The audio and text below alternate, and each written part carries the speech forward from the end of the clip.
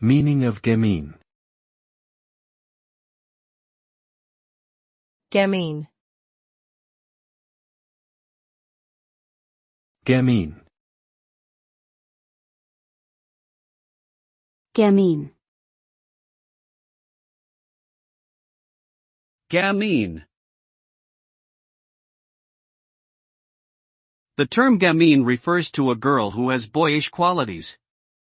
This can manifest in her physical appearance, such as short hair and a slender frame, or in her behavior, such as being mischievous or playful. The word has French origins and was popularized in the 1950s by Audrey Hepburn's iconic portrayal of the character Jo in the film Funny Face.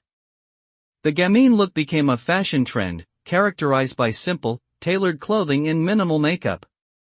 Overall, gamine represents a youthful, carefree spirit that bucks traditional feminine norms.